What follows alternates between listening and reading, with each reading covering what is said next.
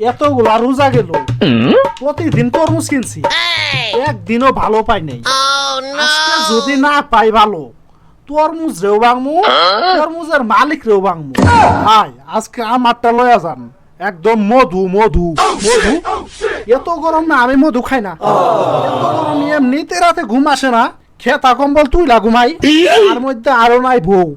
না ভাই, আমার একটা ভালো তরমুজ দেন, একদম রসমালাই রসমালাই। না না না, আমি রসমালাই খাই না, রসমালাই পছন্দও করি না। আমার পরিবারের 14 গোষ্ঠী কেউ রসমালাই খায় না। ভাই আমার একটা ভালো তরমুজ দেন। ওরে বাপুরে, টুষ্টু মেরা টুষ্টু, পাগলের পাল্লাই বললাম। আরে এই বেড়া বলতাছে তরমুজ গুলো অনেক মিষ্টি এবং মধুর মতো, আর ভিতরে কাটলে রক্তের মতো লাল। এইটাই তুমি বুঝো না, তুমি তো আর একটা কম বুঝো। তাই নাকি? একটা কাইটা দেখাও দেখি। দেখাইতাছি তাহলে, আমার মতো তরমুজ কোনো বাজারে পাইবেন না।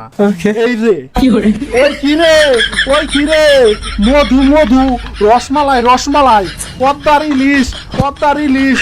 হ্যাঁ, আস্তাগফিরুল্লাহ আস্তাগফিরুল্লাহ।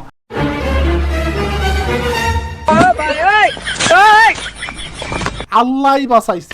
ভাই ওরা ধরছি, তাড়াতাড়ি হেন, তাড়াতাড়ি হেন। ওরা পিডা, ওর জন্য ফেসবুক আর ইউটিউব চালায় শান্তি নাই। ওরা পিডা, ওরা শক্ত করে ধর, আমি আইতাছি।